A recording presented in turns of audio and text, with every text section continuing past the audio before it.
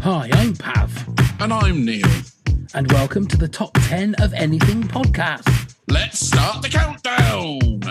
10, 9, 8, 7, 6, 5, 4, 3, 2, 1. In this fast-paced million megabytes a second world, we sometimes don't appreciate the amazing times we're living in. We maybe also don't appreciate how we got to this point. For every Tesla, we started with a Model T Ford. For every iPhone, we started with a sound telegraph, a camera obscura, and a phonograph. Modern inventions can educate, entertain, transport, and further our lives. Here's our own little invention of wonder, Neil, with 10 modern invention facts. Thank you very much, Pav. So here we go. The upside down ketchup bottle earned its inventor, Paul Brown, $13 million. The inventors of the bubble wrap, Alfred Fielding and Mark Chavanez, were originally trying to make 3D plastic wallpaper, which was a failure. Robert Cheeseborough, the inventor of petroleum jelly, ate a spoonful every day, claiming it had tremendous health benefits. He lived to be 96. I'm sorry, Dave. I'm afraid I can't do that. Mikhail Kalashnikov, inventor of the AK-47, greatly regretted having invented the weapon and is quoted as saying, "I would rather have preferred to have invented a machine that people could use and that would help farmers with their work. For example, a lawnmower." Oh, I done that one, didn't I? Sorry. Sorry. That's better. Lonnie Johnson, the inventor of the Super Soaker, reinvested most of his earnings from the toy into energy technology research. The bubblegum is pink because that was the only dye Walter E. Diner, the inventor, had on hand at the time, and it was his favorite color.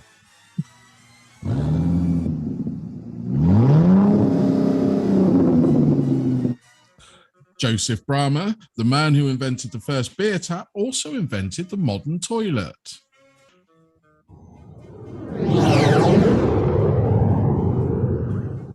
The only head coach in the University of Kansas basketball history with a losing career record is James Naismith, the inventor of basketball. The Eagle has landed. Volvo invented the three-point seatbelt and then gave free license to all other auto manufacturers to use it. You've got mail. And the QWERTY keyboard was designed to slow down the typing speed.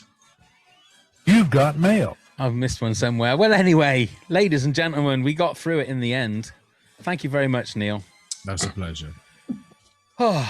Anyway, top 10 inventions of the modern world. And ladies and gentlemen, we have an expert with us tonight. Not only an expert, he's an author. He's one of our Patreon pals. He's a performer and a rock and roll ukuleleist. Please welcome the wonderful John Collins. Hello. Hey. Go me. Go you indeed. How you doing, John? I'm doing all right. I'm so excited about this. we're all going to have exactly the same things, aren't we? I don't know. So. See, I don't know. I'm kind of hoping to sort of say what I've got and then sit back so you can give us an education tonight. That's what I'm kind of hoping. Good luck with that. Well, maybe. We shall see. Because I'm sure there'll be a few crossovers. I'm sure there will be. Yeah, I'm sure. So you are an author. Mm. What have you written? What kind of books have you written? Well, funnily enough, I've written one all about technology inventions. Well, so what a coincidence. But no one wanted to publish it, so it never saw light of day. So this is possibly the cherry picking from that's going to be one of the main purposes of that book. I knew I put 5 years of my life into it for some reason, but I've also written books about music, a couple of prog rock bands I wrote books about. I've worked with other musical artists, and then I've written books about tech. So security and stuff. And I've written a lovely children's book, and I say it's a lovely children's book because it wasn't me that illustrated it. The illustrations are just gorgeous, and the story just kind of runs along with that. But so yeah, I can't stop writing. Right. What do you do? I know you said that the Inventions book hadn't been published, but have you had other stuff published? Yeah. I've had 7 books published, Wow. and from which I've learned that it's never fun to have a book published. Yeah, you're never going to get rich unless you're, you name it, J.K. Rowling, and things will always go wrong. And if you think self-publishing is just, well, why not? I'll just go into that. Then you see what publishers do, and you think, well, I could do all of that, which is horrible, and make all those mistakes, or I could work with the publisher. So that there's, I'm delighted to have had lots of things published with lots of different publishers. Virgin Books, for example, Wiley, Virgin Books now part of Random House. Some independent publishers, Helter Skelter, God rest his soul, Sean, lovely man, and British Computer Society. So I've kind of learnt so much from the whole industry just from that, and I've still got some great friendships there. Wonderful. So I'm sure we can put some links to some of your work on the show notes, so if people want to buy them. Up. I should have got a stack, shouldn't I? You should, you should have done like all the politicians had during lockdown, and had all these wonderful books strategically placed behind you, shouldn't you? That's what you should have done. If you see me kind of just go, like, you're just gonna go and grab one. That's fine. Anytime you want to do that, John, that's fine. But we'll put a couple of links in if you want to send them to us, John, and we'll put them in there. No worries. Right. Now, Inventions of the Modern World, we did have a little cut off, and John did stipulate sort of post-industrial revolution. Before I say that, 7 books. I haven't even read 7 books in my life, so to write 7 books is amazing. Well done. Yes, awesome. That didn't sound patronising, did it? Like, if I could tap you on the head. Actually, well done, because I am a bit of a geek. Let's face it. So I did actually count up all the words that I'd written in books and blogs and everything else. And that's not including reports for work. And given I write for work, so that's my job. And it's 1.3 million words I've written on stuff. Wow. So that's crazy. Yeah. Well done. Well, surely you should get a plaque for that or something. You know, if you get 1 million subscribers on YouTube, you get like a gold plaque. So you should get like a gold question mark or something. Yeah, I would think so. Yeah, definitely. You know, the Lord of Letters should give you. Maybe I've got one. Maybe where I used to live, there's a little blue plaque saying, maybe there is. Thank God he left. It could well be. Yeah. Don't tell him he'll come back. Oh, bless. Right. Let's get into the business of the day. Inventions of the Modern World. So, John, kick us off with your number 10. Well, it's complicated, you see. Okay. So it's more of a concept than a thing, but it's a series of things. And the invention of the modern world I went for was transmission at my number 10.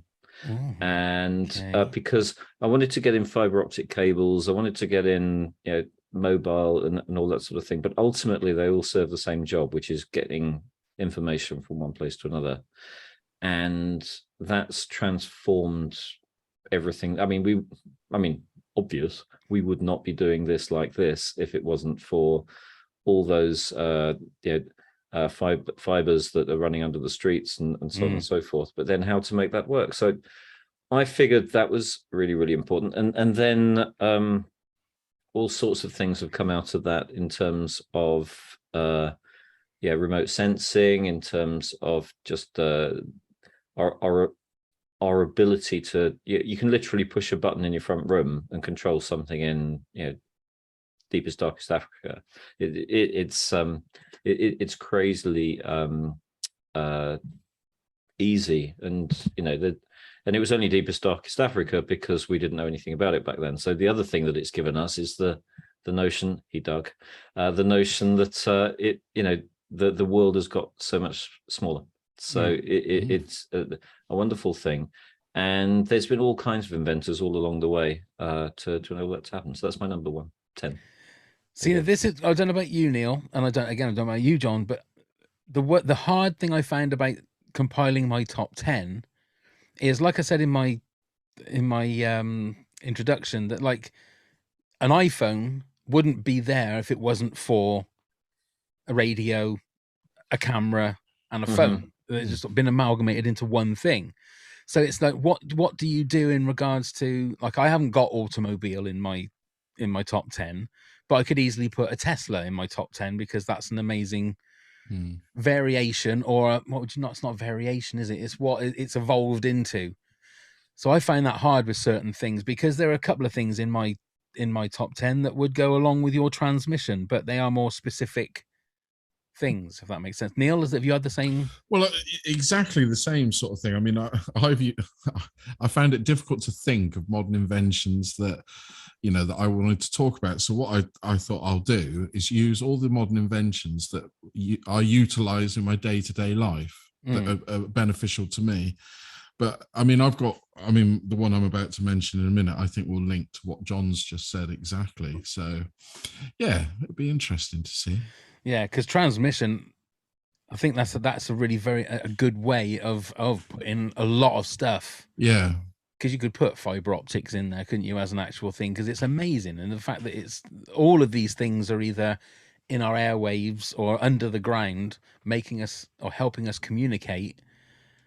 They're modern wonders, which is exactly what we're talking about. So I've got an interesting fact around transmission. This is what you're here for, John. This is it. Interesting fact. So there was a lady called Hedy Lamarr, who's a famous, very, very famous Austrian-born American film actress. And in the war, she worked out how to disguise torpedoes from, you know, when you're communicating with torpedoes, with a form of frequency hopping. So what it does is the transmitter and the receiver both decide to change frequency to another frequency, and they do that often, and then you can't follow the signal. And particularly if you're trying to find the signal, you won't. If you already know where it is, I don't know quite how it works.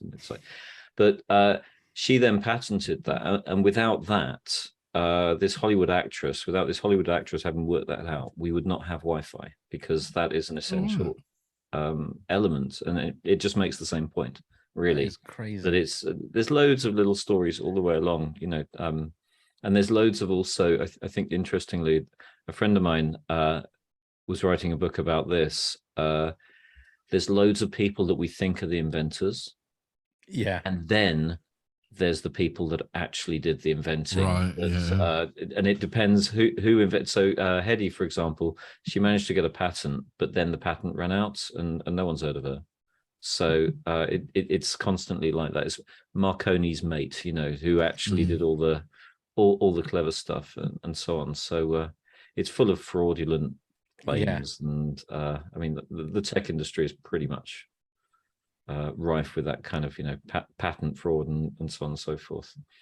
Well, there you go, John. You've paid for your fee. Not that you're getting a fee, but for a badge. You know, I'll get your badge. You should do. Go on then, Neil. You're number 10. So it links into what John says. It's a part of transmission. It's podcasts. The invention of oh, you look shocked, John. Oh, here we are. Yes. I like what you did there. Yeah.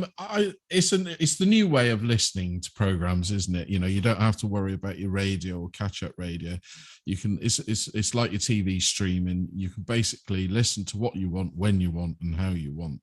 And it's a medium that I'm utilizing again. I sort of fell out of love with it a bit last year and fell into love with it again this year.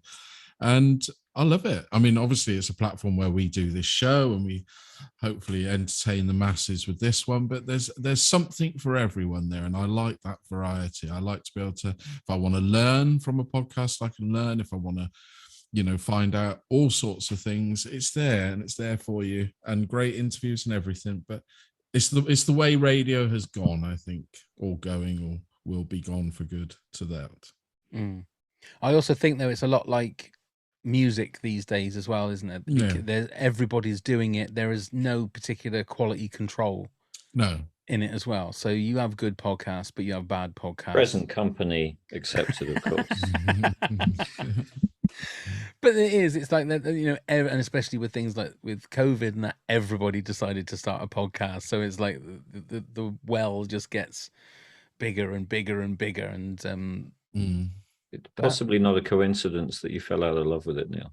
It was, I mean, and the trouble was when everything was remote, funnily enough, no one wanted to do remote stuff. It's only once you're out, you can smell it, you can chat to people normally that you go, oh, look, radio. That's yes. Yeah, no, you're yeah, right. it was a strange thing last year. It wasn't the recording. I enjoyed recording them. I just felt like I loved listening. All my favorite podcasts, I sort of stopped it almost. Yeah, and I have the same thing because I listen to them every day at work, and I find it hard to be motivated to listen to podcasts now. Yeah, I tend to listen to radio a lot more, which I never used to do. So it swings and roundabouts, isn't it?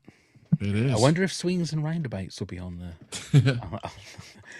quick ad. Okay, so we've had transmission, we've had podcasts. So obviously my number 10 is Velcro. Now, one thing I love about Velcro is just I'm fascinated with something that is so simple but so effective. I mean, a bit like me, you know, it's very simple but very effective. And I am constantly, it's the same as like popping the bubble wrap. If I have a bit about Velcro, you need to buy me anything for Christmas. Just get me some Velcro and I can just keep like ripping it apart and sticking it together and ripping it apart and sticking it together. 1955, I believe, was the year that it was invented. And I've got George de Mestral. Does that sound right to you, John? George de Mestral. Yeah, I'm pretty confident that's true. Thank you very much, John. Actually, it was his mate. I was going to say it's probably his mate. It was probably George's mate that did it. But for me, it's one of those things that's it's very simple, but a perfect thing. You know, it does what it needs to do. Have you fallen out of love with your laces on your shoes now, Pav? Why? Oh, I mean, I don't mind laces on the shoes, but I was going to say, have you now got Velcro shoes? It's just there's something about Velcro and the fact that they used it on NASA missions to space. It's so strong, isn't it? You got to. I mean, well, you can get a Velcro wall, can't you? Exactly. Yeah. Haven't tried that. No, I wouldn't either. I wouldn't ever. I wouldn't. It always reminds me of the oh God, what was the advert of the guy that got pasted to the wall? Oh, No Nails or whatever it was. It wasn't No Nails, was it? It was Loctite or something like that. Yeah. Remember that, John? And then the big board got hoisted up by a helicopter, and there was a guy in like an overall stuck to this board, and it was, I don't know, Loctite or it's some kind of wallpaper paste. Pritt stick. You still have nightmares. I still have nightmares because whenever I see anybody do that Velcro wall thing, it just reminds, because they always seem to land sprawled on there like that, and I think that's just like the guy, and he's going to be hoisted up in the sky in a minute. Yeah, they had to make that 6 times because the other 5. Yeah. Yeah, right. Go on then, John. You're number 9. Okay, well, it's had a mention already, and it's sanitation. So we kind of look at old age being a kind of constantly increasing and so on and so forth. But the real leap in health improvement was just flushing stuff away.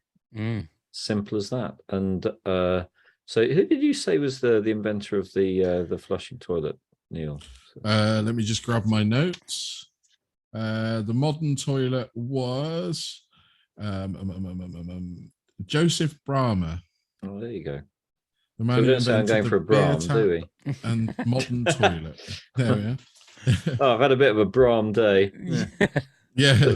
I'm dying for a Brahm. Dying for a Brahm. Yeah. But funnily enough, Thomas Crapper, who had his toilet shop in London and was a great inventor of all kinds of, he made the whole notion of kind of flushing toilets sanitary, and people therefore wanted to adopt them. But the word crap did exist before Thomas Crapper. It was the Americans coming over, because we'd stopped using it, but the Americans coming over in the war thought it was hilarious that all of our toilets said crapper on them. Right. So that's where the linkage between the word crap and crapper came about. Okay. Yeah. Interesting You fact see what I on- mean? We don't need to say anything, We Pab. don't We need to just say listen anything. to this. John It's is the fascinating. man. John is the man. Thank you very much for the crapper facts there, John. Yeah, Thank I you. made it up. No, I didn't. I don't care. I don't care. Because this It's is like facts now. an extra long version of Call My Bluff. I'm gonna ask at the end and say, right now, which one did you make up and which one were true? As far as I'm concerned, they're all true. That's fine. Fantastic, that one. Okay, Neil, you're number 9 then, please. So, like I said, things that I use every day, and it's my electric toothbrush.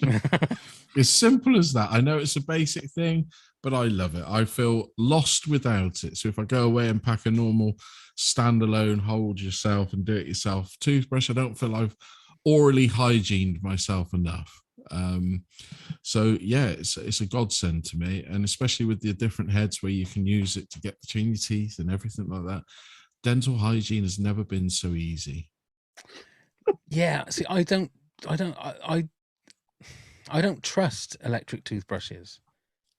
Really? Because it doesn't feel like you're doing any work. If you're Well, you're doing not. it That's the whole physically, joy of yeah, it. but if you're I doing lent it one physically, money and didn't come back. yeah, it's just like if you're doing it physically, you feel like you're putting the work in, so you're doing stuff.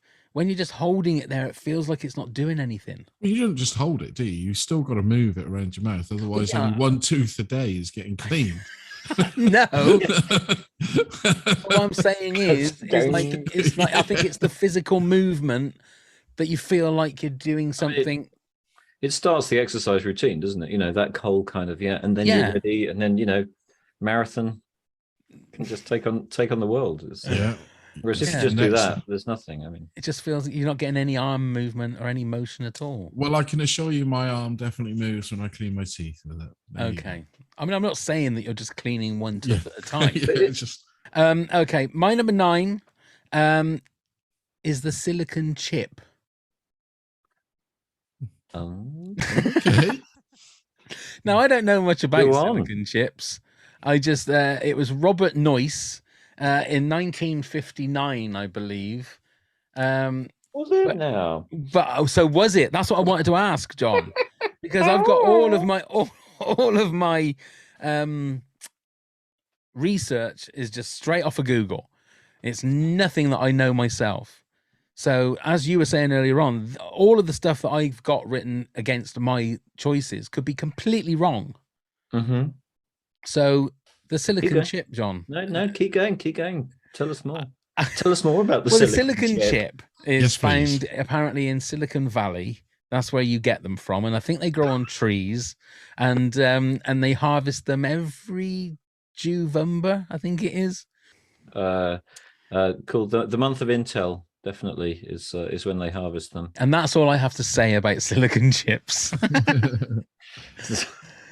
So you're number 8 then, please, John. Well, funnily enough, it's silicon chips. No. Yes. Well, hello. Nearly. Oh, right. Nearly. Okay. Close enough. Because like with transmission, I thought, well, silicon chips just continued a theme, because before that we had valve computers, and before that we had physical computers made with cogs, believe it or not. The word computer was actually first used to describe the person that operated the machine, the one that did the computing, as opposed to the machine doing the computing. Right. Okay. So there you go. Like a typewriter would be someone that wrote type, for example. But I thought with silicon chips, I mean, the person who was reputed to have first actually come up with the concept was, believe it or not, a chap called Dummer, Geoffrey Dummer, originally from Yorkshire. And the MOD rejected his ideas and said, "Nah, we don't want to do any of that stupid stuff. What's wrong with valves?" So he lost out. But then it was Intel, really, the company that took this thing on and said, "Oh, well, we can do something with this." And Geoffrey Moore, who was a long time, senior person at Intel, came up with this theory that the number of transistors on a silicon chip would double every 2 years. and it was happening so fast, he changed it to it'll double every 18 months. And that pretty much for 30 years, the number of chips on a, the number of transistors on a chip doubled every 30 years by squashing them down smaller and by making the chips bigger and so on and so forth. So we've now kind of run out of that. I think we're still getting more transistors on a chip, but clock speeds have stayed pretty much the same. So the amount of instructions that you can run per second is based on the clock speed, and they can't make them any faster because it's literally it's on, it's off, it's on, it's off, like that. Essentially, a silicon computer is all based on transistors, which a transistor is literally a switch.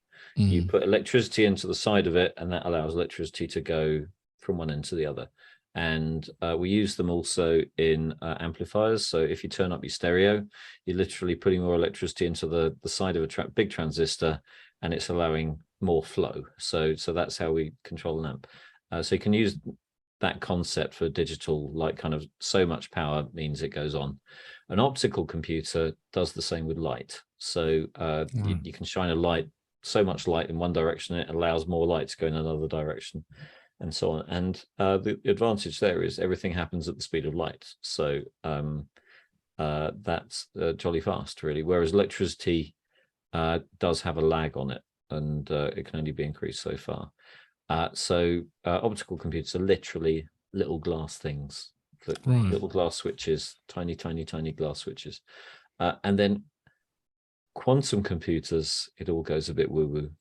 So how to explain quantum computers in essentially the way that subatomic particles interact is not normal. It's not what we see as I thought that normal things I must admit. happen. So, for example, you can have two particles. I mean, it's a bit like this podcast. The way things interact is not normal. But you can have two particles on the other side of the world from each other, and if you wiggle one, then the particle on the other side of the world will pick up a wiggle. So you can do all kind. There's kind of this stuff going on that we don't fully understand, but we are able to harness that, or we're trying to harness that. And whereas with normal computers, they tend to be, even though you can run lots of things in parallel, they're still very linear. Running lots of things in parallel on a normal computer is like giving breaking a job up into 100 bits and giving each bit to someone, and then they all go off and do their bit, and then they all get back together at the end. So that's parallelism. Whereas a quantum computer, you don't have to break it up. You just go, do all the things, and it goes, and comes out with answers. It's all very esoteric, but that's why they're really worried about cryptography, because at the moment, when you encrypt something like a password or something, or even WhatsApp call is encrypted or whatever, it's really, really hard to decrypt. You need a big computer to do it. Whereas quantum computers can just kind of go, yeah. And just do it like that, because they can do a squillion things at once. But at the moment, it has to be done with liquid nitrogen, and you can, they proved the concept. They know this stuff works, but they're a long way from turning it into something every day. You're not going to have a quantum computer in your basement. No. Unless you want a very, very, very cold, big basement and you're James Bond's nemesis. So is the future of computers and that how fast they can go as opposed to how big they can be? Or is it both? Or is it neither? Or is it neither? I mean, so that I guess the future of computers, and this isn't in my list, by the way, but is they talk about the singularity, right, where computers achieve the ability to be as smart as humans. And every time that computers do stupid stuff, I think, well, that's put the singularity off for a decade then. Ain't gonna happen. Because the way that the brain works is, again, multi-path. It may even have some quantum stuff going on in the brain. There's loads we don't understand in the brain yet. When birds migrate, for example, they head in the right direction through fog and cloud and so on, and they've got no, and there's stuff going on that we don't fully understand that's happening in our heads, in our optical nerves, etc., and it all adds up. And so computers have got a long way to go to get there. But what they're saying about the quantum stuff is that enables this kind of massively complex network of synapses like we have in our heads to happen. So it could bring certainly Terminator 5 a bit closer to happening. Skynet. I mean, the trouble with who said this? Kranzberg had a law. He said technology is neither good nor bad, nor is it indifferent. And the trouble with everything we talk about computers, and in the industry, everyone drinks the Kool-Aid and says, "Oh, it's all going to be great." But in reality, really bad things happen every single time. So we could the notion of Skynet run by an advertising company. I wouldn't be surprised. I mean, would you? So No. So cyborgs controlling us and getting us to buy baked beans of a certain brand. Yeah, no, I wouldn't. No, I would have no shock whatsoever. Anyway, that's my number 8. So, and it all happens with some silicon and some other stuff, which I'll get back to. Okay, wonderful. Neil, your number 8, please. So I'm not going to be able to give you as a complex answer as John just gave us, but it's contactless.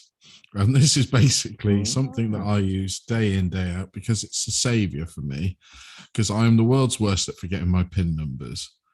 Like, I'm terrible. I've locked my card that many times that contactless has now become an absolute joy. And the Apple Pay on my phone is even better, because that doesn't require me to put a PIN in after 10 days. So that's why I think it's a wonderful invention. And now you can do it on your watch and all of that kind of stuff as well. Yeah, I've still got the old-fashioned watch, I'm afraid. I'm still behind the times, but I've got the phone that does it just. Yeah. Ooh, here comes the cats, by the way. Don't worry. I've got my dogs barking out there, which I'm going to have to sort out in a minute as well. Everything's going wonderful in this episode, I have to say. We're joined by animals. It's like Dr. Dolittle is here. Indeed, yes. I mean, yes, contactless is definitely... Now, that's... I'm going to probably sound really stupid. Is that due to wireless? Is that how that works? Well, I'm glad you asked. A friend of mine, he works for Ingenico, which is one of the contactless companies. So he's trialing the Ring. Oh, which I think is really cool, just for the sheer hell of just going. Yeah. I guess it would very quickly, having done it once, you kind of go, yeah, I got that now. So, yeah. But it's based on RFID, which is the same technology that you, if you try and leg it from Primark with a handful of cheap T-shirts, the machine goes off. Right. So it's essentially a wireless device. So the ones on, if you get one of those weird things remember CDs? In a CD or in a book or whatever, that's passive. So it echoes. So the thing on the door will fire a wireless signal and it'll get a bounce back and say, "I'm here, don't steal me." Whereas the one on the iPhone is active. It's actually a transmitter. And the great thing about it is if you use your card to do the contactless, it uses the same token every time. So it's less secure. Whereas if you use your Apple Pay, it generates a new token that is unique to that transaction, which makes it very, very hard to spoof. Right. Now, is that what, because there are some scammers that sort of stand next to you and can read your card, isn't that? I've heard of that. And I think, it's one of those ones, I don't know if the bigger scam is getting you to buy lead wallets. Yes. Yes. Yeah. Ooh, who knows? Because that's the thing, isn't it? Is that the problem, or is the problem people trying to sell you lead wallets? And then you need I can't even say that. A lead wallet management system. Exactly. So yeah. And then not worry about having to have children because you fried your knackers off with I mean, we should have had the first one of all of this should have been snake oil, shouldn't it? It should have been top of the list. Well, that actually is my number 4. No, I'm only joking. Okay, my number 8 is the X-ray. because things like anything that's in sort of in medical, I'm fascinated with, because it's things that have moved on with time. And something, well, over the last few years, I've had more hospital visits than I had in the rest of my life all put together. But I've never well, touch wood, I've never broken a bone in my body. I've had a couple of X-rays done where I've sort of dislocated a finger and things like that, but I've never broken a bone in my body. But I'm fascinated with just how X-rays work, and I think as an invention, as a way of looking inside somebody, I suppose you can make it MRIs and put that all as the same thing. And I've had MRIs on my kidney when I've had troubles over the last couple of years. I'm just fascinated when you look at, like, when the last time about a month ago, when I went and had my kidney test, and they said, "Oh, this is there's where your stone was, right there." And I'm thinking, God, that's inside me. I'm looking in. That's my kidney. That is freaky, absolutely freaky, but an amazing invention. Facts, please, John. It always alarms me when you're at the dentist and they go, right, we're just going to do an X-ray, and then they put something in your mouth and they scarper. Yes. That can't be right. No. Can we do another X-ray? No. Yeah. Yeah, we're just going to surround your body with all these really, really menacing waves of something. We don't know what it is, but we're not going to stay in the same room as you. I have no interesting facts, but I do have a pro tip on X-rays, which is if you're going through airport security and you've got one of those battery packs for your phone, don't just throw it in your bag, wrap the wire around it and chuck it in, because it looks like a bomb. Oh, right. Yeah. You'll get stopped, you'll get the...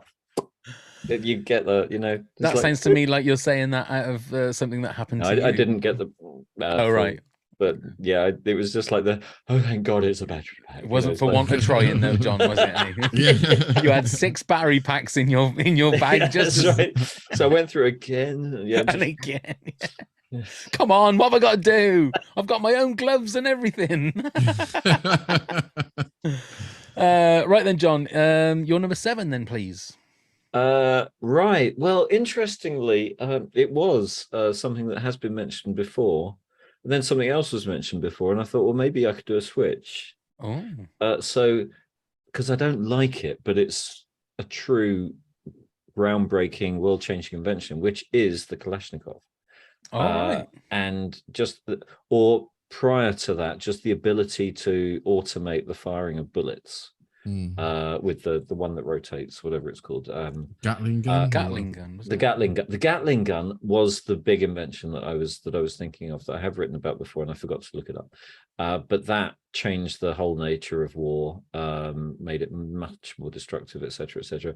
And it's not very nice to dwell on. So I thought I'd just give a mention and an interesting fact about the lawnmower.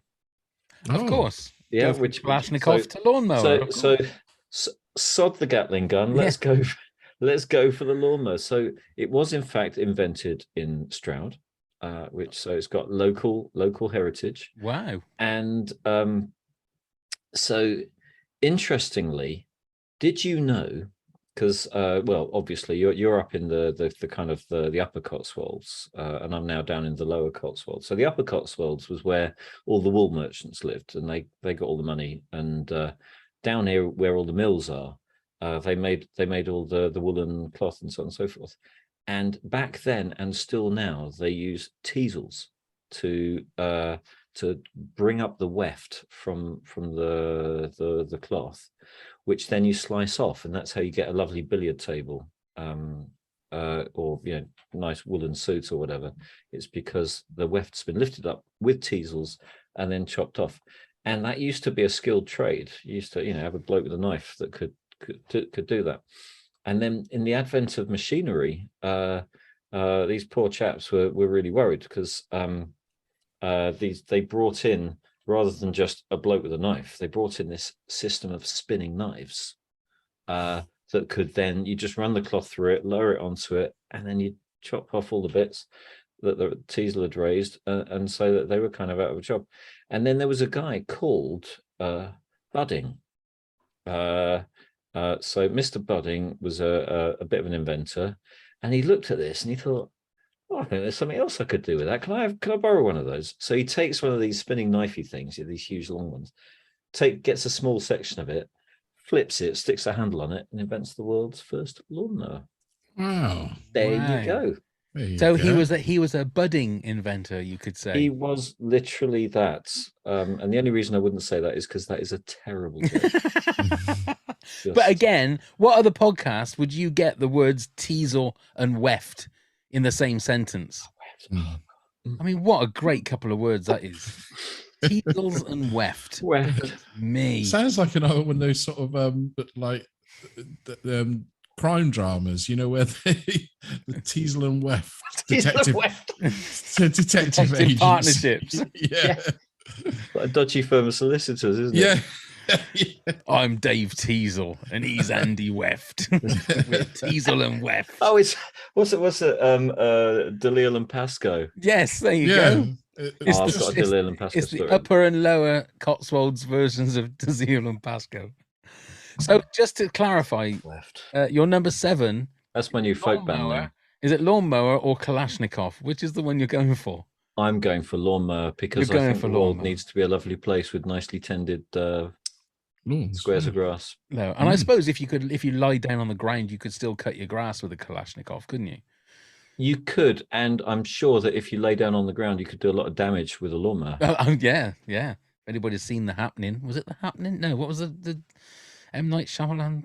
That was The Happening. The Happening, yeah. A terrible movie, but somebody dies exactly that way with a lawnmower. Do they? Yeah, I have not seen that, and now I won't. Yeah, no, I wouldn't either. Yeah, I was going to say you'll regret seeing that movie. Go on then, Neil. You're number 7. So mine's really highbrow. This invention, it's the pot noodle. Yeah, and this is a lifesaver for me because now my son's off at uni and doing all his bits. I seem to be back and forth, finishing work and not having time to cook something proper. And I've become a real lover of the different pot noodles there are. And I think it's a great invention because it's so easy to, well, it's obviously it was invented probably in Japan or China or somewhere like that with their quick noodles. But yeah, I'm a huge fan. Original curry all the way. Yeah, you can't beat them. I'm actually I mean, why bother with expensive pot noodles when you can get the 15p one with a little kind of packet of spice, a little sachet, yeah, with the label that you can't read. Love it. Love it. Convenience. And behind that is freeze drying, of course, which is an amazingly complex process which I know nothing about. Wow. Well, there we are. You stumped the expert there, Neil. I know. Highbrow I am. Highbrow. Indeed. In highbrow with pot noodle. There you go. Just add water. Okay. My number 7, which has got lots of water added to it, is a washing machine. Now, you can put washing machine in with a dishwasher and tumble dryer, all these things that make life easier. Because back in the old days where you'd be washing it with what was the thing? The washboard, obviously. And I would do it on a rock back in the old days, taking your stuff down to the river. But a washing machine is not just an amazing invention that makes things easier. When they go wrong, they're a pain in the ass. Like if they get blocked, they're just a pain in the ass to fix. And they're nothing but a pain in the ass. Then you're doing nothing but complaining about them. But when they work, they're amazing, and they're amazing things. Thoughts? I've got one.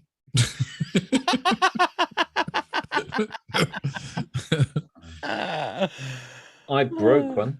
Oh, wow, rock and roll. No, that's not fair. Because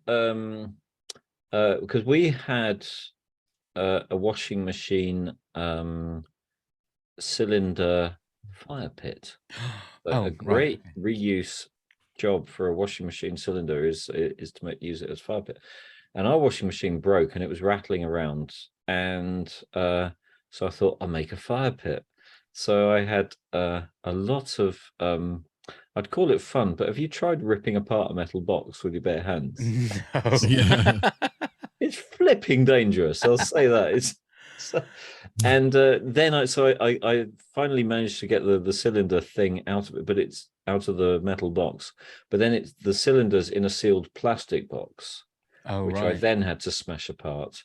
And I finally managed to smash apart the plastic box and got the cylinder out and found that the entire mechanism that was holding the cylinder onto the back wheel that spins around had rotted. The metal had rotted. And so there was literally nothing enabling this thing to spin around. And that's kind of the end of the story. It's not a Was it great story. therapeutic? Was it therapeutic though to smash? Well, the irony was, having then worked through that over several weeks of trying to get this thing open, I then ended up with a washing machine fire pit. And then I realized we have a washing machine fire pit. So I had no use for it whatsoever. I could have just taken the whole thing to an event. But there is a happy ending, which is that I put it on eBay and then someone bought it, not for very much, but they said, this is the best thing you can use for washing gravel. Really? So how versatile is that? Yeah. Well, there you I go. know. I mean, it's been a while since I've washed gravel, but Yeah. It's not something, but when you need to do it, yeah, it's mean, up can there you get now. the I kit? know now. yeah, absolutely. I mean, Colinder's it's gone. educational. Yes. I suppose you could mine for gold with it as well. Then could you? You could, but the gold might all fall out of the holes. I was going to say, yeah, it have to be really big bits of gold, wouldn't Mm. it? That's not going to work. No. Okay, that's fine. We'll just leave it to washing gravel. I think that's the thing for it. Right, John, you're number 6 then, please. Oh, goodness gracious. So actually, it's another one of those mashups, and we're post-industrial revolution. So I'm going to go for, because there's two things before the industrial revolution. I'm going to go for the wax cylinder, Okay. upon which we first recorded music. Mm. And what I've left out are all the different ways we've got of recording words. And so in Japan, the wooden blocks, and in China, and they were printing stuff that way. And then we went through Gutenberg and everything else. They're all ways of recording information. And so the one I'm going to touch upon is the cylinder, which finally gave us a way of it. I mean, I could have put photography as well. It's all these fascinating different ways we've had of capturing information right up to present day, and the ability to store so much that we've got and then index it and so on. Back when I was a junior consultant at an IT company, I was asked to put an information management strategy together. It sounds really boring, so bear with me. And I thought, wow, what a great job. I'm so excited. Information management strategy. So I read all the books. I kind of interviewed people. I said, what do you need? And so on and so forth. I wrote a report. I was so proud of myself. Put it all together. And I said, yeah, you need a process, and you need an index, and you need a place to store the stuff. And I put the report together and I gave it to the customer, and they went, yeah, that's really great. Thank you very much. And got on with my life. And yeah, I looked at it about 3 years later, as you do, you're looking for old stuff, and I thought, oh, great, I reinvented the library. Yeah, that was Well done, me. That's literally what I'd done. You know, the ancient Egyptians knew all that stuff. You need an index, you need it's like shelving. No, it was so yeah, but our ability to store information is phenomenal. And of course, if we go on the musical theme, the ability to then to your point about podcasts, Neil, about anyone can now in their bedroom is the standard place that people talk about recording, probably because the acoustics are really great. You got all that dampening duvet kind of stuff going on. But anybody can now get onto GarageBand or any Fruity Loops or whatever and create music, which is fantastic, and some hugely successful music coming out of that as well. And there you go. That's it. Yeah, that's all I got. Yeah. Brilliant. Yeah, I'm just trying to look. Yeah, no, I was looking to see if I've got anything, because obviously you've got the radiogram and phonogram and all the kinds of stuff that lead on then to iPod, and it's one of those things where everybody is on the shoulders of the people before, making it slightly better and a little bit better and a little bit better, and it just And it's grows interesting how I mean the kind of vinyl resurgence is fascinating, because really interestingly, analog recording is still the highest quality because it loses nothing as long as it's on decent quality vinyl and so on. Yeah. I'm not a vinyl junkie. I've got literally 2 albums. And it took you that long to count them then, John? I just wanted to be absolutely sure. It's actually, I've got one. I kept my first ever album. Can we ask what it is?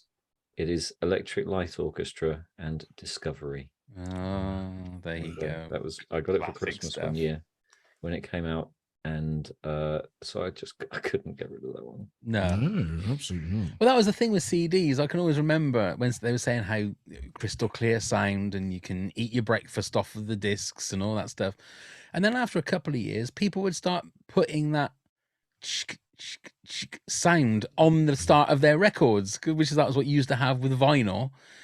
And I thought, well, you're always hankering for the old stuff, even though how wonderful clear the screen is and HD and 4K and then people will start putting old style video effects on their videos, to make it look like VHS.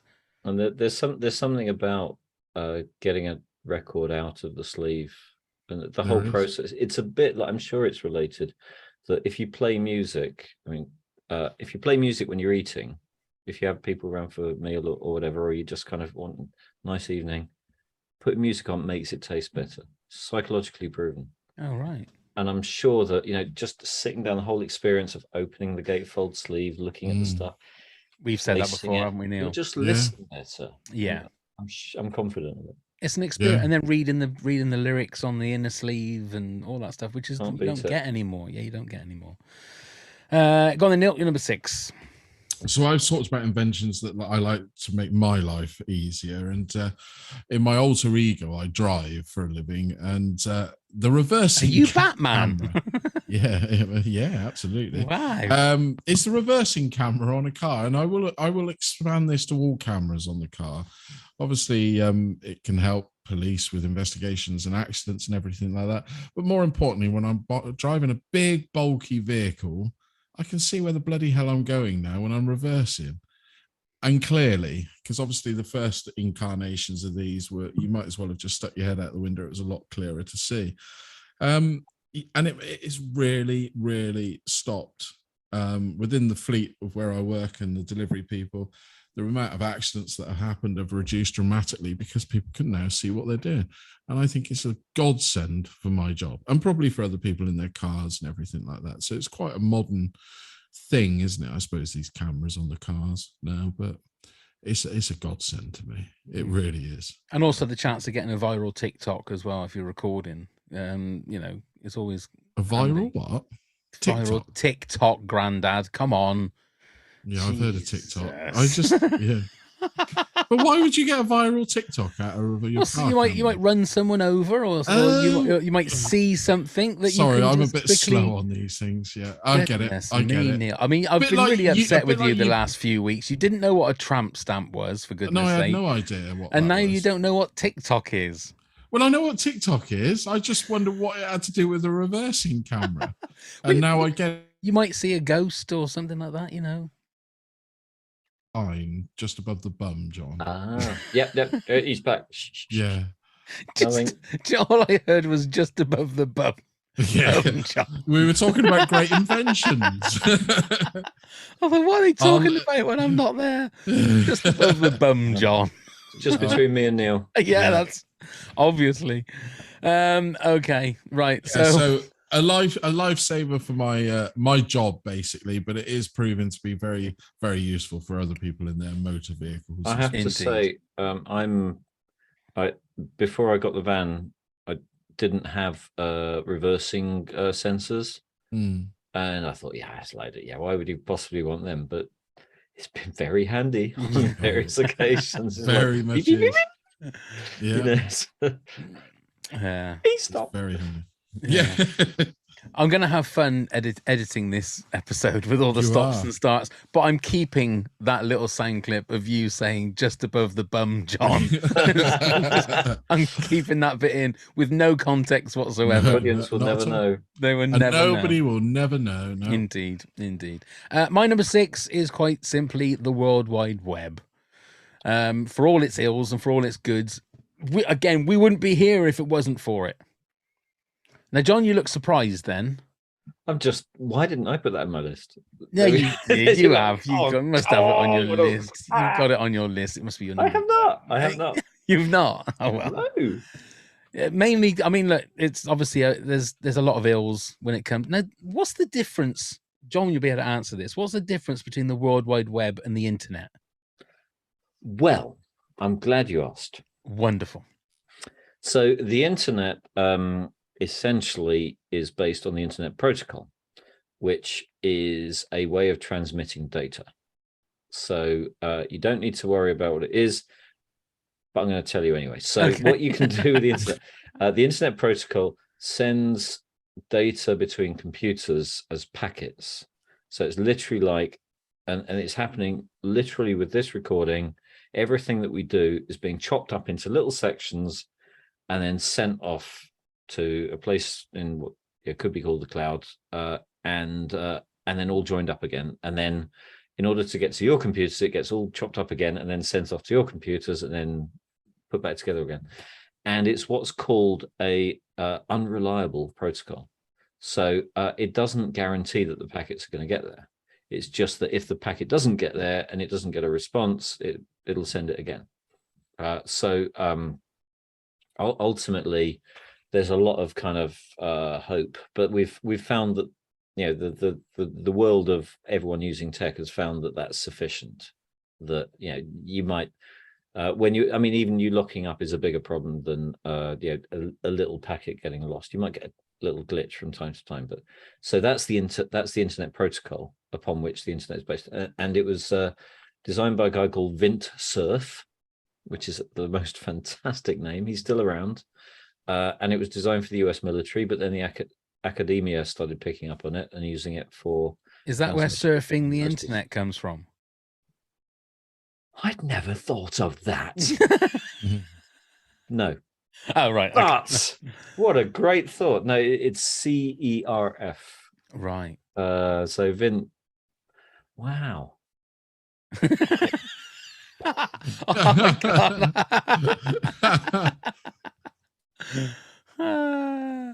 So no, but so that's the internet, and then the World Wide Web was what's his name, wasn't it? At CERN, Yeah, not I didn't Surf write his name CERN, down. the Swiss place, the British guy, who he used a concept. It's essentially hypertext. So clicking on a link thing, Right. that then you can go from one document to another document by clicking on a link. And hypertext was kind of half invented by Apple as just a way of navigating between text documents. So what's he called now? The World Wide Web chap. I know. I didn't write. I think I did. Come on, you look it up.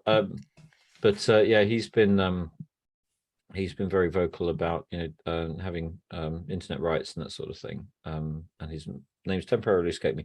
But he worked out two things. He worked out a design for that document, which is the HTML, hypertext markup language, and he worked out a protocol which runs on top of the internet protocol called the HTTP, Hypertext Transmission Protocol.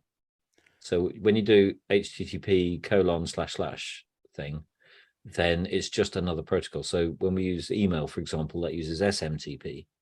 So Right. they've all got different ways of transmitting. So SMTP is simple messaging transmission protocol, for example. So that's the difference. One's running over the top of the other. I'm glad I asked the question. Right then, John, you're number 5, please. Oh, right then. Okay, so now I might switch that for number 4, because since that you've just mentioned the internet, I'm going to switch my 4 and 5 and go for social media. Okay. There you go. Okay. Because social media has had an absolutely astonishingly dramatic effect on everything that we do, on celebrity culture, on world politics, on ability to communicate with each other, etc. There's some good stuff that's come out of it, some horrible stuff that's come out of it, etc. So not much to add because we're all using it all the time. But I thought it should be sort of in the second half of the list. Yeah. So that's my number 5 now. Yeah. There you go. I think it's obviously, well, in the top 10 things that piss us off, I think we all had social media, didn't we, Neil? Because it's just as good as it is bad, and just as bad as it is good. Every form of social media. But, yeah, there's a lot of pros, there's a lot of cons, isn't there? There absolutely is. Not in your top 5, Neil? No, because I've fallen out of love with it at the moment. Yeah. Over the last few years, I don't think I've looked at Facebook for about 2 years. But it That is a explains why you necessity. never replied to my messages. Sorry, John. Sorry. But it is a necessity, especially if you're doing a podcast. Yeah. It is No, a I know. necessity, I so. still have it, and it's still there in the background. I haven't deleted the account. It's just that when I have sort of thought, oh, hang on, let's have a look, I've just thought, I really can't be bothered. It's adverts or it's things, people moaning and politics, and I'm just like, no, I want happy. I think somebody should have a happy book. You can go to Stroud for that. I mean, yeah. But do you see what I mean? I don't know. Maybe I'm living in too much of an ideological world. I just want peace. Idealistic, I think you mean. Idealistic, yes. Because ideological is exactly what you're trying to avoid. Yeah. Idealistic. Sorry, John. Thank you very much. No. I mean, I wasn't trying to pick holes in your erudite speech there, but the difference is profound between those two terms. So. There we are. Thank you very much. No, there we are. But that's what I want. It's just a happy place and not a moaning place. You know, you can stand in the shop queue and the moaning place. I don't need it. Actually, I mean, that's literally, I don't, because I'm still on Twitter, but I go on Twitter to throw in, I fancy a chocolate biscuit, or just something dumb. But you can get drawn into, because Twitter's a nasty. There are shards of like lights of hope with certain people. I mean, like Giles that we know, Neil, isn't there? Giles Phillips, always trying to put out little sort of positive little words of hope. And most of the time he gets shot down for it. So it's just, unfortunately, that's what social media does. But it is a massive part of everybody's life these days. It doesn't matter what age you are either, I don't think. You know? Okay then, Neil, you're number 5, please. So I'm a man that suffers with the heat. I hate hot weather in the fact of being outside in it and feeling uncomfortable and sticky. So the invention of aircon has been a blessing to me in my car, my van, hotel rooms, shops. I mean, alas, we don't have it in our homes, which I wish we had this year with that exceptional heat wave we had earlier on in the year. Aircon. It's probably not right to say you like it and love it, but I do. And why is it not right to say you love it? Well, it's not green, is it? The usage of aircon, it draws. Most of the boxes I've seen are sort of greyish brown.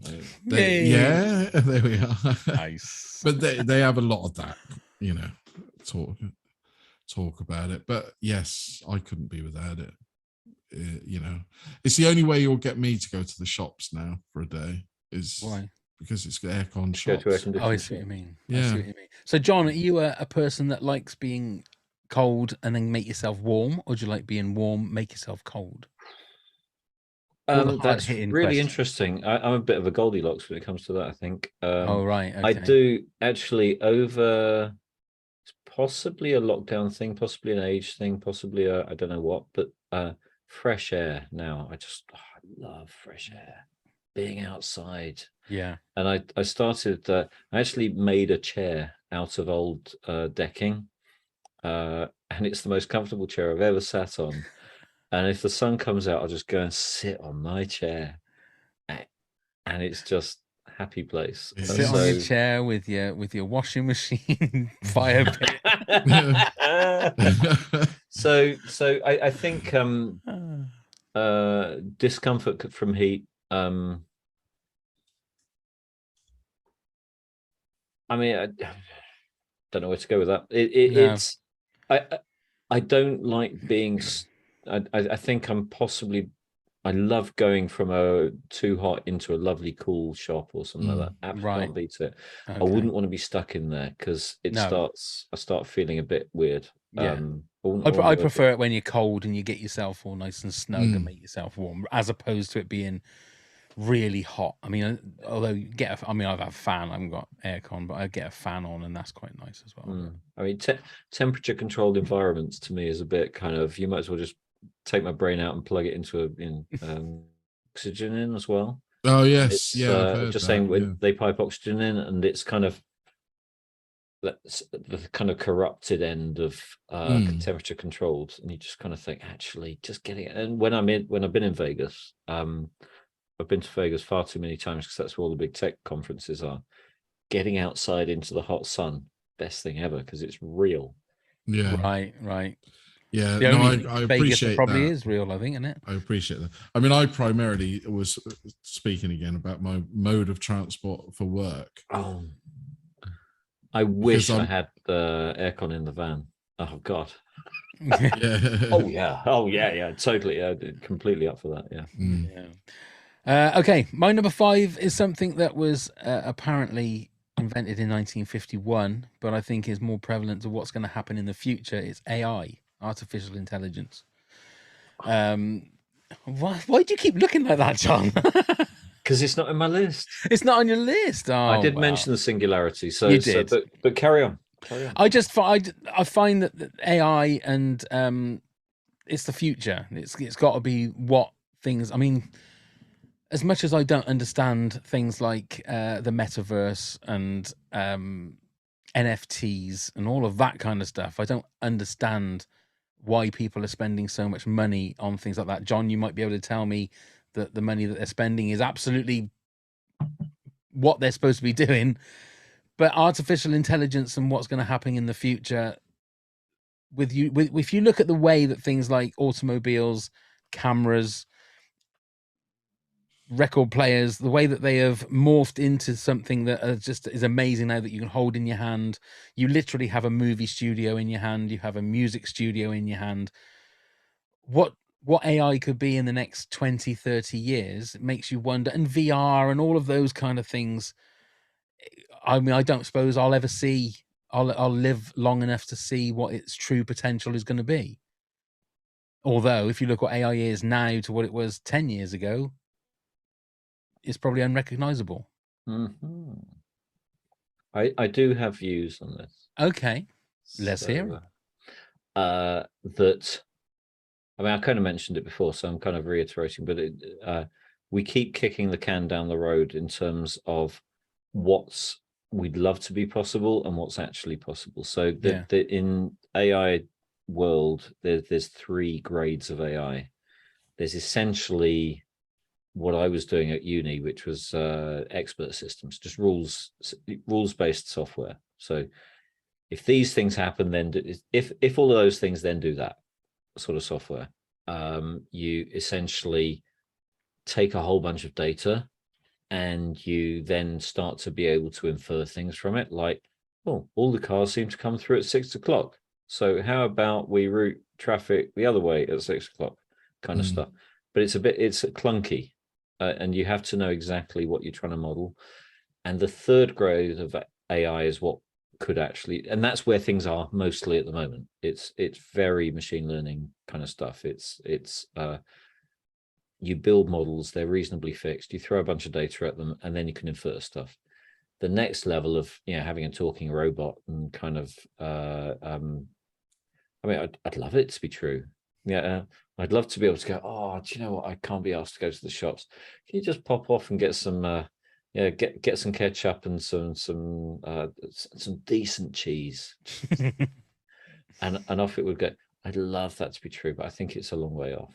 See, I think that's the thing, is I'm taking AI from what are in movies as opposed to what is like actual artificial intelligence. I mean, who wouldn't? But I mean, and you put in VR, which I might come back to, and you put in robotics as well a little bit, and there was a whole spate of films, wasn't there, recently, about people falling in love with the robot, or the robot going off the rails, or you probably know all the titles, but it's fascinating. I mean, it'll happen. Yeah. It's just, it probably won't happen soon, and it probably won't happen the way we expect. Right. So that sounds ominous. I think, all predictions. I mean, I have in my head the law of unexpected consequences. We always seem to invent things, and then it's never used for what we thought it was going to be used for. Right. Okay. So yeah, social media in politics, for example. Who knew? Yeah. Or whatever. So, and sometimes it's the most, you with Velcro, sometimes it's the most mundane, and your point, Neil, about how bubble wrap was invented. It's always crazy to see how some things kind of get adopted in the most mundane but super useful of ways. Yeah. So I had a conversation with son Ben about autonomous vehicles, those self-driving cars, and we were just riffing around on this and talking about, well, wouldn't it be great to take you back from a party at, like, kind of, don't want to drive, it's all right, the car will turn up and just take you home, no questions asked. And then he said, yeah, but you wouldn't want to be the third or fourth person that night in that car, would you? Because you'd have the chunderers on the kind of 2 or 3, and and it's just like, oh yeah, that is literally going to be true. Yeah. It's going to be the chunderbugs. You're going to have to, like, draw lots before the end of the night to see who's going to be popped off first and second. And yeah, that's not someone good. in yours. Oh, they weren't. Oh, they didn't. Yeah. Oh, mate. Oh, I'm so sorry. But then by then we'll have self-cleaning cars as well, surely. It's got to happen. It's got to happen. But that's where I'd invest. It's a bit like the selling shovels to gold diggers. Don't invest in the gold, invest in the shovels. Exactly. Yeah. Right, John, your number 4, please. So I've kind of messed up a little bit. Okay. Because we did say post-industrial revolution, and this we one did. Isn't. Well, you said post-industrial revolution. I did. So I'm allowed to break my rule. But I thought, have some fun with a couple of them, and this is one which I think is hugely important in the history of everything, and what I've called it's actually the well-tempered clavier, but it's essentially Bach, and pre-Bach, in musical terms, instruments were not tuned particularly well or in the same way. And the way a piano, you kind of look at a piano and you think, well, you just kind of tune that one to tune that one. Yeah, they're all semitones different, aren't they? That was an invention. The way of setting up a piano, or as it's called, is the tempering of the piano, was an invention. And actually, while we think all the frequencies are exactly work out, they don't. They're slightly different on certain keys. So Chopin would tune the piano slightly differently to the way Bach would tune it. And if you don't tune it in the way Chopin would tune it, then you don't get the same tune, obviously. And the subtleties are lost. So, I mean, me playing the piano just wouldn't make a blind bit of difference, but for that level of things. But back in Bach's time, which is like 1600s, so it's nearly the Industrial Revolution. Yeah, right. And it was kind of equally what was happening back then with Stradivarius on violins and so on. There was a lot of invention just pre-Industrial Revolution in terms of how you make a violin, how you lacquer it, the kind of chemical compounds that they used. And we moved from a state of music being a bit shit to music being consistent and music being transferable. So you could write it down and someone else could play it.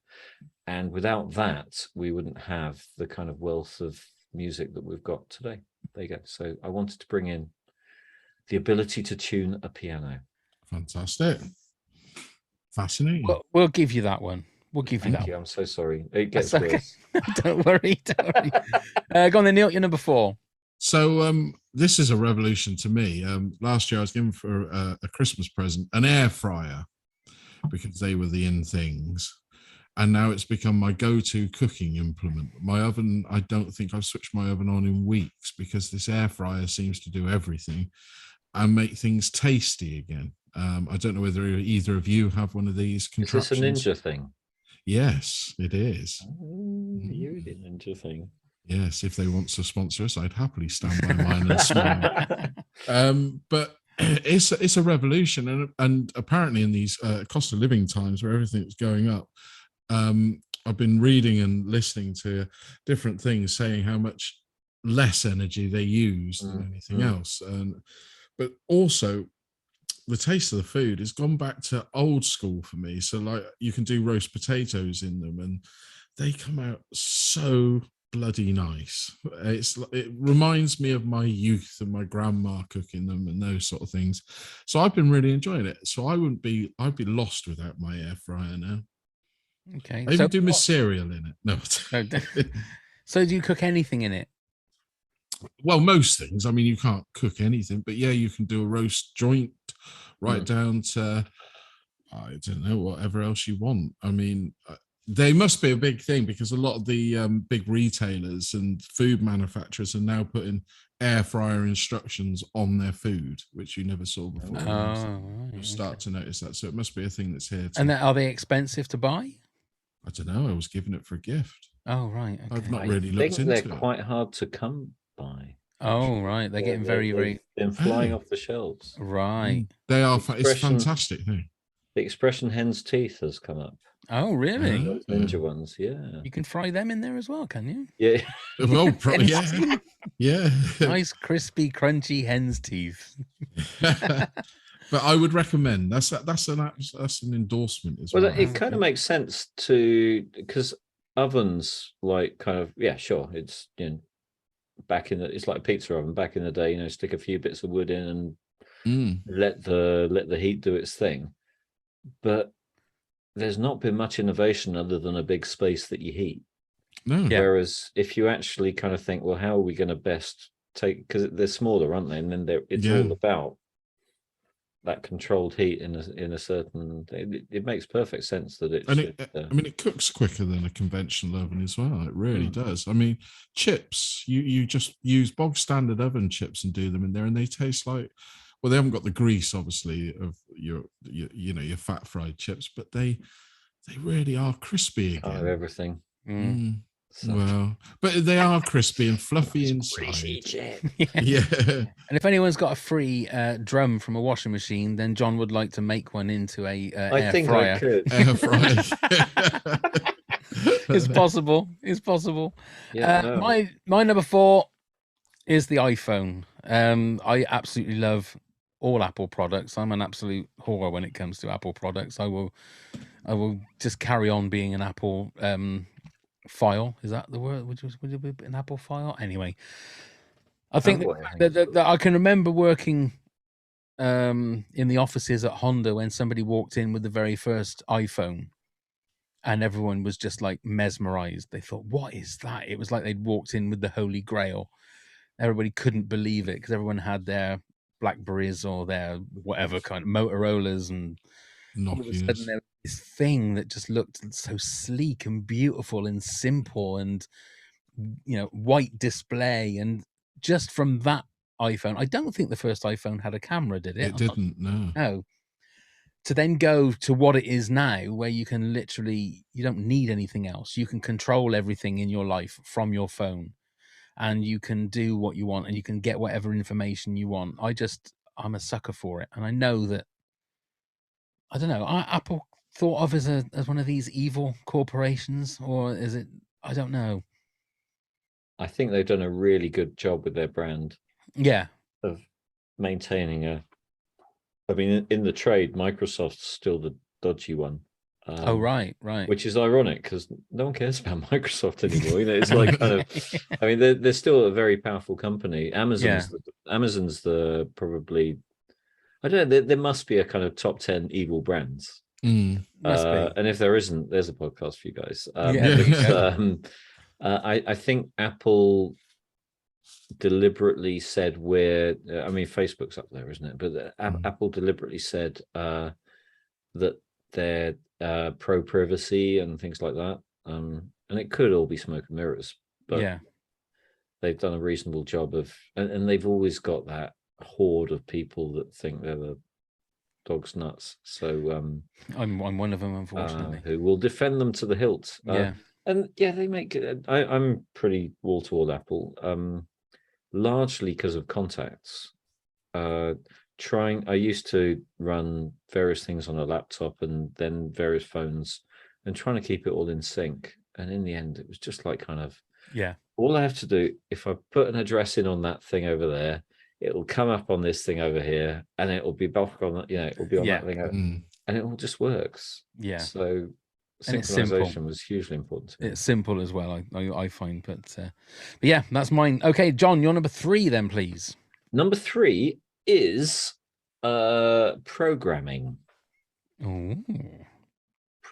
Or software or whatever you want to call it. So and we've all heard of Ada Lovelace, haven't we? Yeah, Wasn't she in Deep Throat? Wasn't she in Deep Throat? I was going to say the same thing. You guys. Oh dear, long live the patriarchy. Charles Babbage invented the arithmetic engine, and essentially that was the computer with cogs and so on that could be programmed for the first time. So you could actually put a punch card into it. It's still there in the Science Museum. It's literally the thing he built or he had built. You can put punch cards into it and the punch cards will tell it what to do. And then you put in a sum and it will work out the sum based on what the punch card is. It was Ada Lovelace, who was Lord Byron's daughter, I think, who actually did the programming. So right. she's got the reputation of being the world's first programmer. And which is kind of cool because there's not enough women in tech. So, start as you mean to go on. But over the years, the ability to actually tell computers what to do, obviously, we couldn't have done any of the things that we're doing without the ability to tell computers what to do. And so everything that I've talked about, with the processing, with the ability to transmit data and so on and so forth, it's all dependent on software. And nothing that every business these days, every retail company is based, its success is going to succeed or fail based on how good its software is. So it's of fundamental importance. And I wanted to give a shout out to Alan Turing as well, who's our wartime hero decryptor, but he came up with various theories that have just been proven to be true. Like if you write a computer in software, you can represent any other computer in software. So you can emulate any computer as a program, but then you can emulate that program as a program. So it goes all the way down. So you could write a package now that looks like a BBC Micro, come up on your screen looking like a BBC Micro, but then you could run a program on that looked like an Apple Mac. Oh, right. Kind of. Yeah. Why would you want to? Because you're stupid. But have you seen these people that actually, there's a running Doom, or Wolfenstein 3D, I think it is, one of the first shooters, running that on anything possible. Can you get it to run on a watch? Can you get it to run on this? That was Turing's theory, essentially, that anything can run anywhere else in any format. Right. So that's all the power of software. So I think it's pretty cool. And I started my career as a programmer, so I'm obviously going to be a little bit biased, but definitely a software guy. See, it's those kind of things that you don't think about when you're playing a game or when you're running any kind of software, is it? You don't think about the person that's actually doing the programming. It's almost like you take it for granted. I think there's the kind of things you just take for granted all the time when you're using all of this sort of tech. It's the stuff behind that you don't think about, all the code that's being written and millions and millions and millions of lines. Yeah. And so much. That's what I mean. All the big security, the cyber hacking problems, and so on. It's created such a mess of spaghetti. It's like kind of Mega City 1 in software terms, little 2000 AD reference There there. you go. Yeah. But it's that complex. Yeah. And so bad things happen within that because it's so complex. We've just created a monster. But that makes it's part of the fun. Yeah. So to then try and you can't control it. You got to kind of deal with Ride the the consequences. waves. Indeed. Yeah. Back on I got the circle. Neil. You're number 3. So mine links in perfectly with John's, and it's a bit generic, but it is computers. I mean, the invention of computers. I mean, we wouldn't be, like we said earlier, it's here now. I'm a bit basic on this. I mean, a computer to me. He didn't even know he was making a joke then, John. I guarantee. I don't. He didn't No. even know. You must All have gone I- into Dixon's and gone 20, go to 10, and just had to let it run. That was the whole. No, No, I'm not very computer savvy. A computer to me is I open it up. I'm a bit I set- older as well. I can Yeah. remember that kind of thing though, John. I can remember that. No.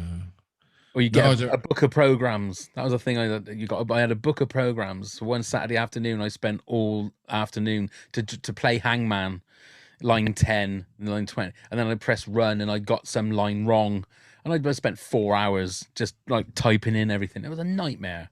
Never worked. I was just so crap at it. That's my teenagerhood. That and FX models. It's literally that. There you go. Sorry, Neil. No, that's Sorry, all right. Neil. It's You carry fascinating. on. Well, it's a lot more than me. I mean, I just say computers because a computer is this thing in front of me that we're using now. I don't know the workings of it. I don't pretend to. I don't know half of probably what I can do on this thing. And, I use it for what I use it for. And that's Porn. exactly...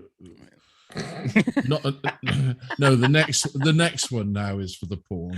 Oh, right. And, Yeah, yeah, it's too small a screen. I That's don't number want- two. Oh, right. Okay. Yeah. Fair enough. Computers to me is just the tool that I use. I suppose it's for everyone like that. I mean, I will get ribbed for not knowing what to do with half the things and having to ring my son up and say, I want to do this to this. What do I do?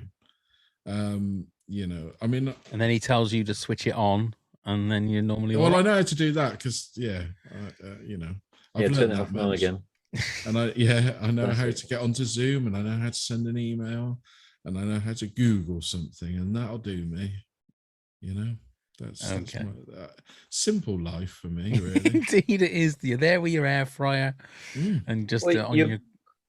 You'd be pleased to know that all computers pretty much these days have exactly the same architecture that was invented just post-war by John Neumann, which the Neumann machine is pretty much the standard way of processing data, and it has, if you can imagine a Y, so essentially you load up the two tops of the Y with 2 bits of data, and then you send an instruction into that to say what to do with those 2 bits of data, and then you drop it into the bottom of the Y, and then you stick that in storage.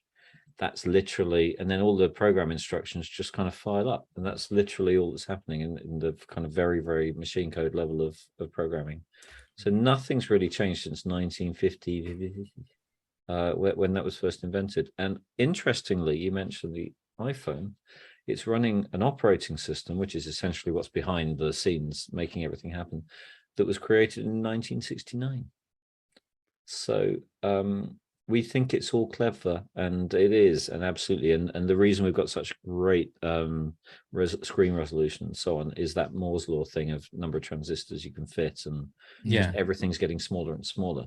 But the maths behind it is pretty standard. And all that's really happened, speaking of AI, I spoke to a guy who was writing artificial intelligence algorithms, but they were based on his dad's artificial intelligence algorithms that his dad had worked out in the 70s. And back in the 70s, they didn't have computers powerful enough to run them. So they knew that the algorithms were right because they could kind of work it out. It will work if we run it. Yeah. But they couldn't run it.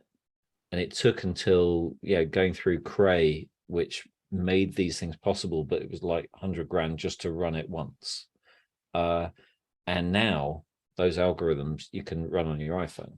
So the change has not been whether or not we knew what we were doing back then. It's how small it is and how fast it is. Those are the 2 big changes. There you go. Yeah. Totally. Wow. Okay. My number 3 is something that I think we all love. It's cinema and film. So I've got here 1888 was the first, which I'm sure the look on John's face, I'm absolutely right with that date there. It's something that we've all got amazing experiences with, and the fact again that it's gone from, I can't remember what's the name of that thing that used to go around that shows the horse. Mm. Oh, I can't remember. I The should have looked silhouette it up. thing, the Yeah. light thing. Which was sort of like the first moving image, if you like. Yeah. That's what it was, John. I knew you knew what it was. Yeah. But then if you go from that to now 4K, That's 8K, Dolby Vision, Dolby Atmos, and the That's a whole big spinny thing, isn't it? the whole shebang of Imagine it. doing that in 8K. Yeah. Can you imagine how lifelike that would be? But the whole, you know, I mean, I know what 4K looks like, and I can't quite get my head around what the difference would be between that and 8K and I think even 16K is something that they're talking about. But obviously, again, in 20 years, it will be 32K, and it will be, well, it will be virtual reality, won't it? That's what it will be. The movie will be around you as opposed to being watching a screen. I'm pretty sure that's what it will be. You'll be a character in the movie as opposed to it being something that you sit down and watch. But the evolution of cinema and the evolution of film and how it's projected and how it's actually filmed, it's fascinating if you look at where it went from to where it is now in the space of just over 100 years. So where it would be in another 100 years if we're all still here in 100 years. Anyway, John, your number 2, please. My number 2. Well, I'm deliberately going to throw away the rule book on number 2. Okay. But it's just to kind of build onto number 1. So bear with me. But I wanted to put in the world's first brilliant invention, as far as I'm concerned, for humanity. Okay. And that is yeast-based products. Okay.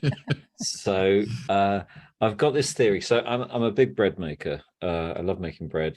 I've got my own flour mill, and grind the flour, get the yeast, get the water, get the salt, and it's a magical thing. It might work even better in your oven, Neil. But yeah, my air fryer. In your air fryer. But then you put the lot together in the oven, and it turns out a loaf of delicious bread. And every time I do it, I think back to the people that we were 10,000 years ago or 100,000 years ago and think they must have gone, what the heck did we just do? And that was kind of the first moment where I think there's something around 196,000 years ago where there was a massive cataclysmic, nearly wiped out humanity event. Not quite sure. No one knows what it was. It was post Ice Age. No, it was between Ice Ages. But the humans that were left, there's something about before that everyone was a bit dim, and after that they were only left with the survivors. Right. So there's this kind of moment where we just went, whoa, aha, here's the kind of things we can do. And obviously bread, but then also what else can you do with yeast-based products? You got beer. And I think that the joy of knowing that these things are so old and yet so highly practical and wonderful. But how would they know? It's just worth referencing. How would they know to do that, to make bread to start with? Well, was it trial and error? I mean, there was so much trial and error. Interestingly, if you go into the kind of post-alchemy and early days of invention, people testing radioactive substances on their tongues and kind of wondering why it didn't have a tongue anymore. And lots of people died. Yeah. Marie Curie died of radiation poisoning. It's lots of people died. And back in the day, it would have been put down to witchcraft and so on. But trial and error, definitely humans watching other people do stupid things and going, won't do that then. Right. It's kind of the Darwin Awards, I think they started 100,000 years ago. We started sifting the race a long time ago. Yeah. I've always been fascinated with like the first person that like say dropped yeast and water and flour together and was like accidentally sort of, oh no, I've got to clear this up, and all of a sudden they make this stringy stuff and think, oh, I and then know. accidentally dropped it into a fire or something, and all of a sudden it became bread, and you think, well, how So, do well, you... interestingly, if you look at the history of bread, the grains were much shorter. So I think it was the Kerazan grain. So there's an interesting fact about this, which is ciabatta now you make the night before, and you don't worry too much about stretching the grains and so on and so forth. But it's pretty much exactly the kind of bread that the Romans used to make. Oh, right. Because back in the day they had shorter grains and it wouldn't bind in the way that you can form bread now. Because we actually then, on the other side, we were choosing the better grains and already starting to kind of cross-fertilize and produce better, stronger grain. We got into cross-fertilization quite early. So it's just fascinating that Italian bread has stayed the same for 2,000 years. But that then takes you through flatbreads and the whole. So we had all these. So you've almost got the trial and error in the regional history of bread. If you pita breads or tortillas or whatever, they're all different attempts to make bread. Yeah. And out of one of them came nice farmhouse loaf. Yeah. Or sourdough, which San Francisco and carrying yeast across long distances and then being able to whip it back up again. Yeah. And stuff. There you go. Look, you're learning about bread as well as modern technology. Well, drink to that. There you go. Absolutely. Go on then, Neil. You're number 2. So it's basically a smart TV, the new smart TVs. Everything's under one button. It's got rid of all the boxes and the extra remotes that we used to have, and everything's all in one place.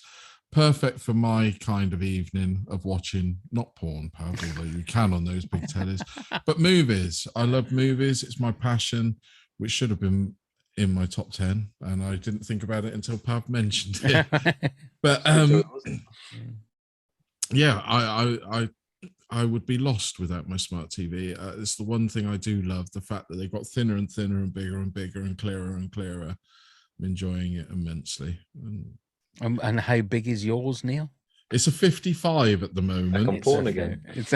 Yes, but I'm looking at upgrading next year, and I think I'm going to go to the 65. Oh, young man.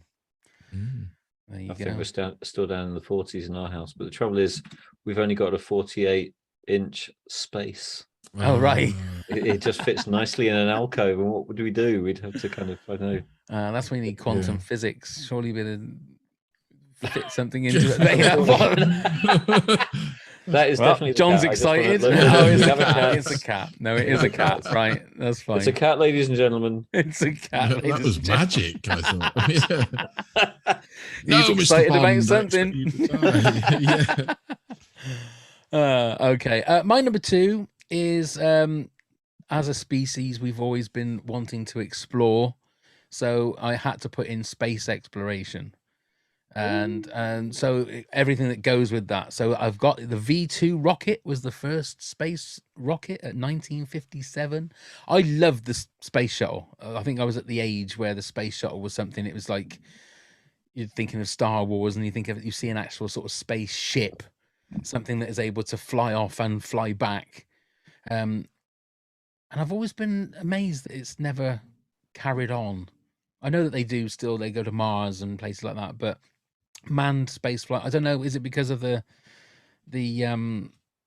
crashes and the things that's the reason that they didn't?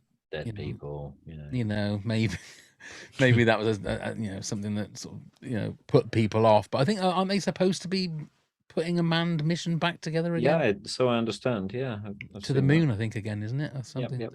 Yeah, but yeah, I felt it had to be there with to be able to go to another planet, or to be able to go further into the solar system and maybe find a wormhole, and be like Matthew McConaughey and end up still being 40 when everybody else is 80 years old and all of that kind of stuff. And John's going to tell me now that that's not possible. It's just movies. I'm not going to tell you anything at all. I was Okay. going to remember one of my favorite films is Contact, Right. where Jodie Foster, isn't it? And Yeah. and the cat's now going at the microphone. Okay. So yeah, there you go. So Foster and there we go. We'll just put that back. And the cat's now legged it. But the moment where they say yeah, but there was 9 hours of empty videotape. Yeah. So, oh. Yeah. And the book is even better. The twist in the book is fantastic, which I won't spoil. Oh, right. I'm not Okay. going to add, but it's Okay. it's well worth reading the book. But wouldn't it be fascinating to actually? It does go back to the quantum stuff. There's so much that we don't understand. No. And I mean, they talk about paradigm shifts a lot in my industry. Largely in marketing, it's kind of, oh, it's a paradigm shift. Oh, we all need to change how we think. But there are some genuine changes in how you have to think when, even between, I don't know, Newton and Einstein, we're both talking about the same thing, gravity and so on, but in a completely different way. And Newton's maths was good, but it wasn't very accurate. And Einstein's maths was right. But something will come along that will go, well, Einstein was good but not very accurate, and we'll move on. There's more discoveries to be had. So yeah, no, I often listen to Brian Cox, and although I'm fascinated with what he's saying, it sounds like a different language, he's he's like a cabbage, isn't it? It was bless him. I've heard that on more than one occasion about Brian Cox, and I'm sure he's lovely. And he makes it sound both really straightforward and completely impossible at the same time, which is quite a talent. It is it's an amazing talent. That's exactly way to surmise the way that he is. Absolutely. Okay, before we release and tell everybody our number ones, John, do you want to give us your countdown from number 10 to number 2? Then Neil will do the same.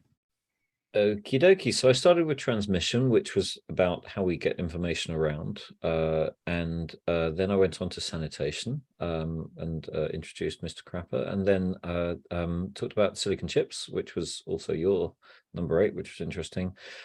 Switched machine gun for lawnmower, and then went to the wax cylinder as my chosen way of recording information through social media. Had a bit of a diversion into the ability to have the well-tempered clavier and a nice little bit of Bach, and then back in the game with programming and Ada Lovelace and Alan Turing, and then just because I like them both, bread and beer and yeast-based products. Nice. Neil, your 10 to 2? Lovely. So at number 10, I had podcasts. And then number 9 was my electric toothbrush. Number 8 was contactless payments. Number 7, pot noodle. See, I'm highbrow here. Number 6, reversing camera or cameras on cars. Number 5, the aircon. And then number 4, the air fryer. And number 3, computers. And at number 2, the good old smart TV. Wonderful. And mine is at number 10, Velcro. Number 9, silicon chips.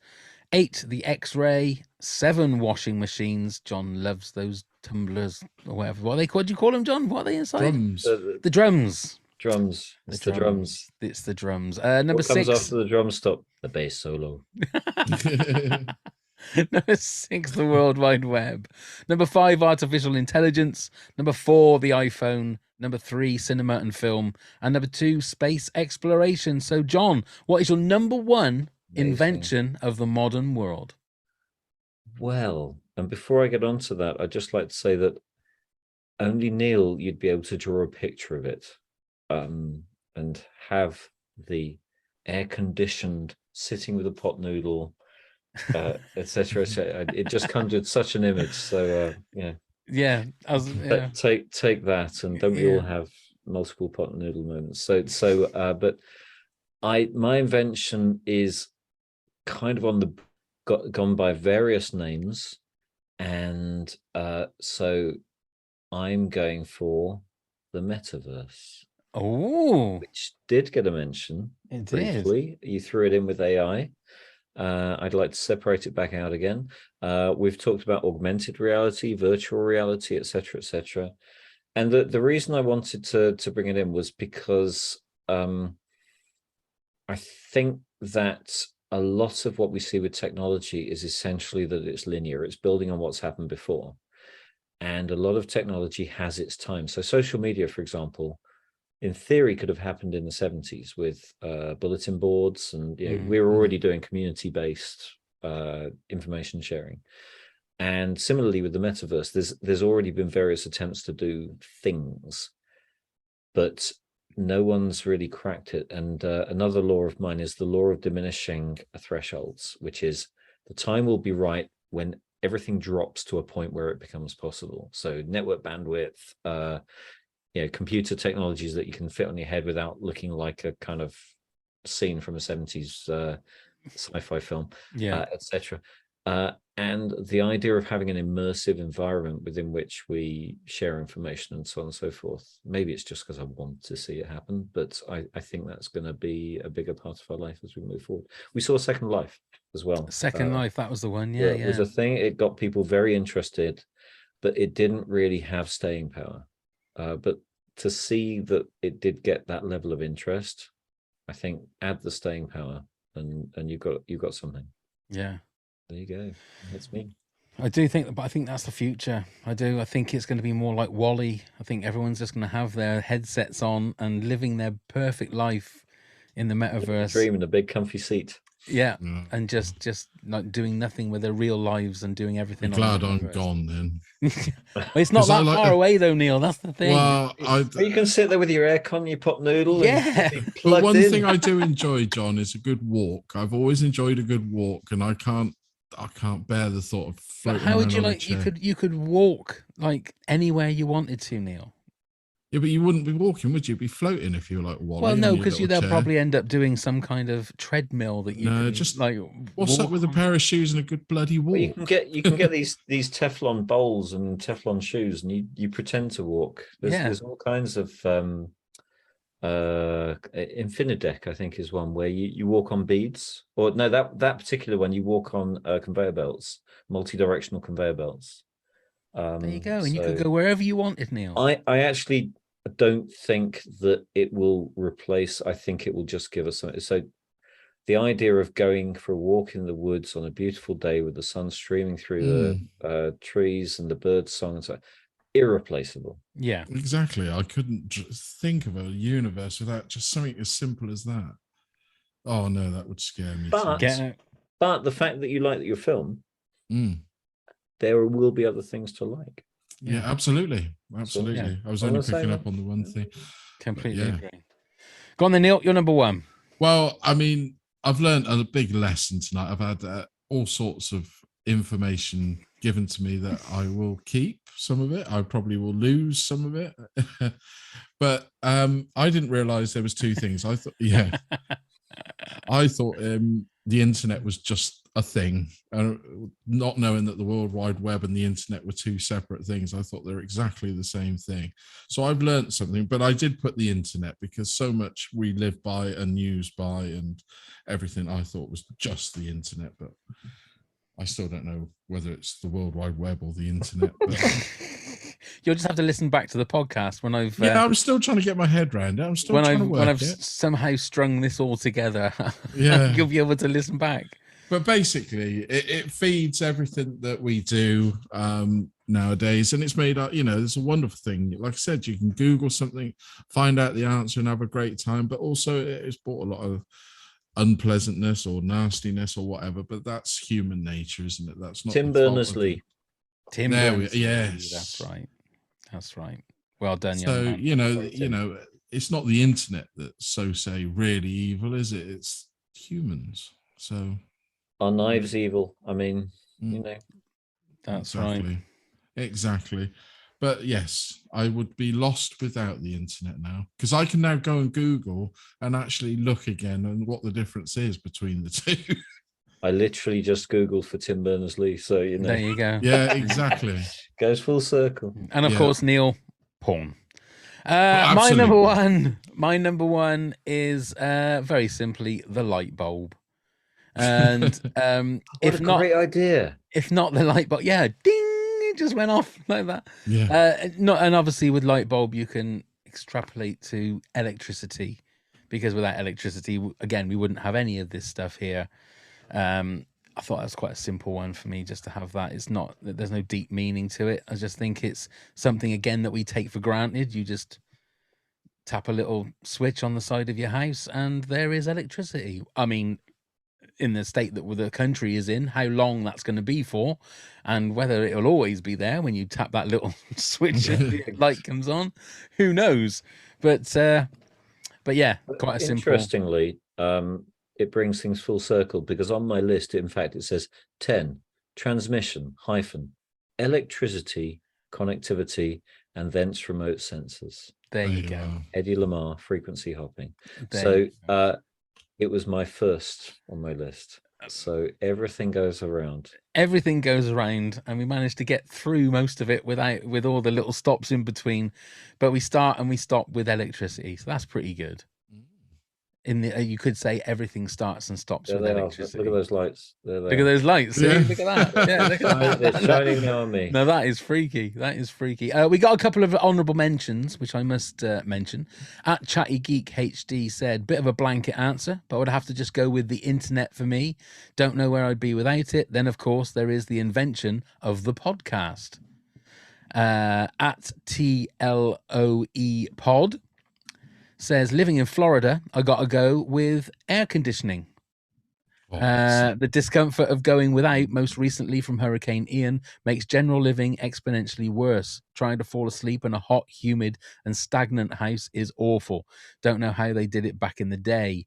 At Andy McEwen, Pass a message. Sorry if I can interrupt there. Yep. I'll pass a message back, which is, in Britain, not understanding air conditioning, a family member has just discovered that air conditioning units have filters. Oh, right. And they need to be changed. So, you know, we're in catch up on this. Absolutely, we are. Absolutely. Florida. At Andy McEwen 1 said, is penicillin an invention or a discovery? Would that be a discovery? I don't know. It's all down to bread. Yeah, moldy. There you go. We go full circle again. And also, Andy, Google it. Lisa Buchanan, a blender for my cocktails is the first thing that came to mind. There you go. Well done, Lisa. And Stu Grant said the answer to which is, of course, the internet, smartphones, and the internet. Rinse and repeat. We're back to washing machines again, John. And should turn it around and have a top 10 inventions that killed society. That's Stu for you. Thank you very much, Stu. So there you go. We're done. We finally got through. Yeah. Before we say our goodbyes and all that, Neil, do you want to tell everybody how they can get in touch? Absolutely, I can. So you can email us at toptenpods@hotmail.com. You can give us any questions you like, or even any ideas for a top 10 yourself. You can find us on all the social media at Top 10 Pods. Do give us a click, give us a like, give us a follow, or whatever you do there.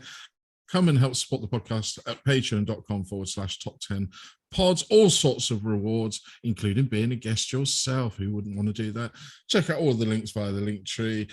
You can find the link in the show notes. And do please come and subscribe and leave us a review and rating wherever you get your podcast from.